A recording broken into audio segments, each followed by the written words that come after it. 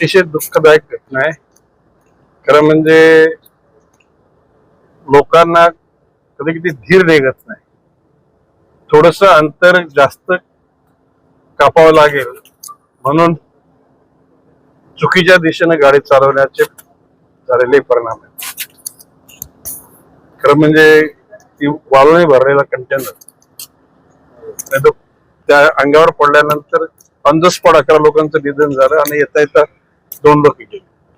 आता अजून 2-3 लोक अत्यावस्थ आहेत. परंतु या वेदांत हॉस्पिटलचे प्रमुख डॉक्टर माने यांनी अतिशय कर्तव्य बुद्धीनं त्या ठिकाणी लोकांची सेवा करण्याचा प्रयत्न केलेला आहे. शासकीय यंत्रणा सतर्क होऊन त्या ठिकाणी मदतीला आली. माननीय खासदार सावरा, भाजपचे जिल्हाध्यक्ष भरत राजपूत, त्यांच्याकडे मुख्य कार्यकारी अधिकारी आणि जिल्हाधिकारी म्हणून कार्यभार आहे रानडे साहेब,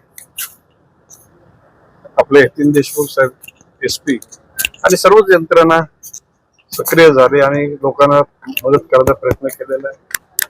राज्य शासन सगळ्या जखमींची पुढची बरे होईपर्यंतची इलाजाची जबाबदारी घेणार आहे.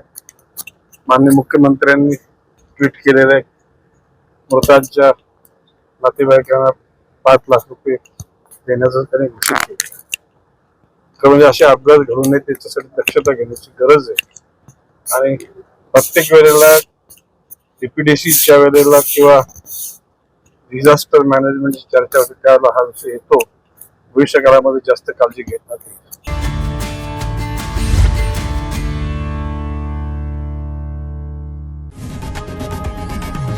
लोकशाही मराठी ऐका, पहा, जागरूक रहा.